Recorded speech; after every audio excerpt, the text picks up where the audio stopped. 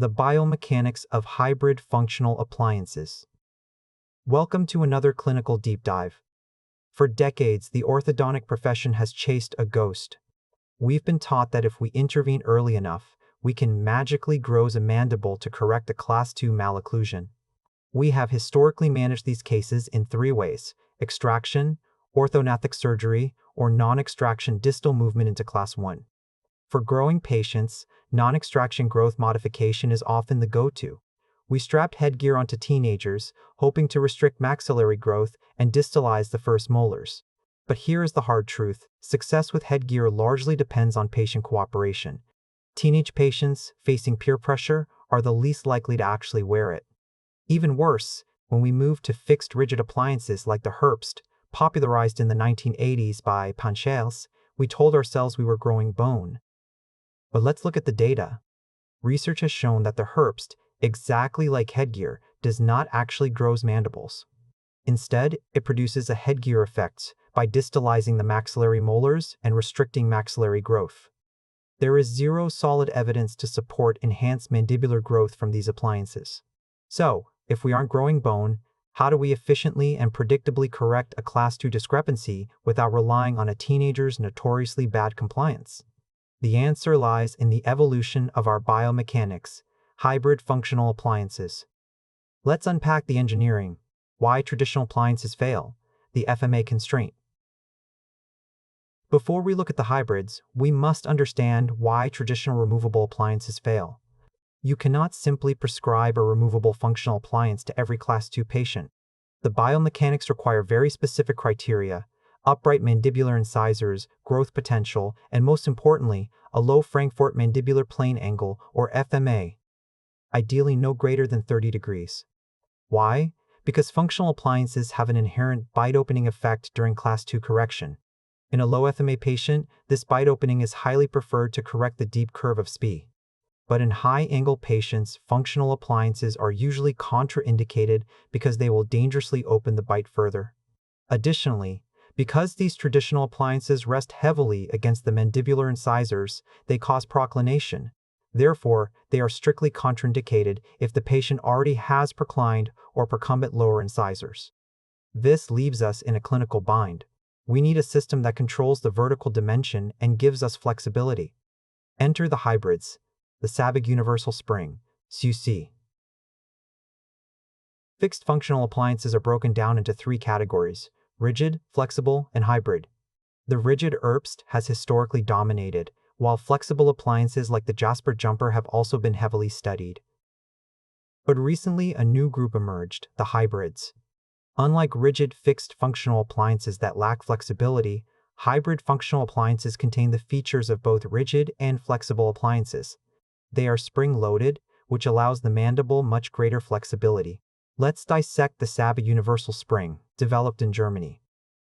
Externally, it looks like a Herbst, featuring a telescopic rod fitted precisely into a guide tube. But inside that tube is a spring that can be adjusted to deliver different force levels depending on the severity of the malocclusion. The appliance anchors with a U-loop designed to fit into the maxillary first molars, while the lower end is tied securely to the arch wire between the first premolar and canine. A massive advantage of the SUS over devices like the Forsus is that it is a true universal spring. It does not have a designated left or right side. The second molar trap, a critical clinical pitfall. Now, let's talk clinical realities and how to avoid creating iatrogenic nightmares. The SUS relies mostly on dentoalveolar changes. It works brilliantly in both high and low FMA patients because it actively intrudes the buccal segments in the maxillary arch. But this intrusion comes with a strict rule. If your patient's maxillary second molars have erupted, you must extend the arch wire to include them. The SUS delivers a heavy, intrusive force to the maxillary first molars. Failure to incorporate the maxillary second molars into your arch wire will result in a severe second-order step-down discrepancy between the first and second molars after the first molar is pushed distally and intruded. The second molars will effectively extrude. Correcting this extrusion later will severely delay your treatment time when you have to drop down to a smaller size wire just to realign those second molars. Mandibular anchorage and wire sequencing. What about the opposing forces in the lower arch? As you drive the upper molars distally, The equal and opposite reaction pushes against the mandibular anterior segment, risking severe proclination of the mandibular incisors. Your biomechanical countermeasure here is non-negotiable. While you don't need a full-size wire in the maxillary arch to start distalization, a rigid, full-size stainless steel wire is absolutely recommended in the mandibular arch to avoid this proclination. Furthermore, I strongly recommend placing an omega loop mesial to the mandibular first or second molars to completely tie back the whole mandibular arch. If you fail to do this, your patient will almost certainly develop spacing between the first premolars and the canines, precisely where the mesial part of the SUS is engaged. To add one more layer of defense, you should apply active lingual crown torque to the mandibular anterior teeth, even if you are using brackets with a built-in prescription. Non-extraction space creation, the blocked-out canine hack. Here is where this system completely changes how you manage non-extraction crowding.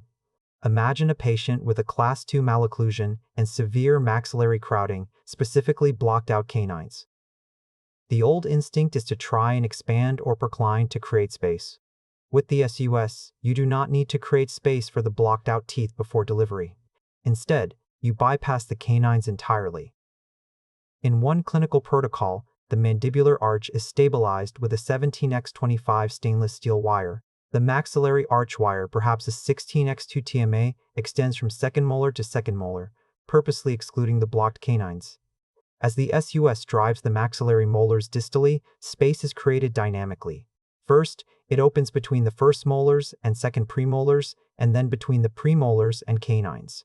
You simply keep the SUS in place until the premolars are fully retracted. No extraction, just pure, efficient distalization. Profile changes and maximum anchorage. Let's look at the face. A notable advantage of the SUS is the dramatic improvement of the soft tissue profile. In cases that might even look surgical full-step Class 2 with deep bite and a gummy smile, distalizing and intruding the maxillary arch gives you brilliant vertical control. We can see the Z-angle, a critical parameter defined by Merrifield for assessing soft tissue, improve from a deficient 63.5 degrees to an ideal 72 degrees. But what if you must extract? The SUS is a powerhouse for anchorage control. In cases requiring extraction of maxillary first premolars and mandibular second premolars, you need maximum retraction of the maxillary anteriors. Group A, anchorage, and protraction of the mandibular posteriors. Group C, anchorage. The SUS can replace temporary anchorage devices, TADs here, by welding power arms distal to the canines on 18x25 steel working wires. You place the SUS on both sides and initiate en masse retraction using coil springs. But a massive word of warning, these mechanics are so efficient that patients must be monitored closely. If left unattended, they can easily slip from a Class 2 into a full Class 3 overcorrection. The Forsus and final retention protocols. Briefly, we must mention the Forsus fatigue-resistant device. It is designed similarly to the SUS and shares its advantages.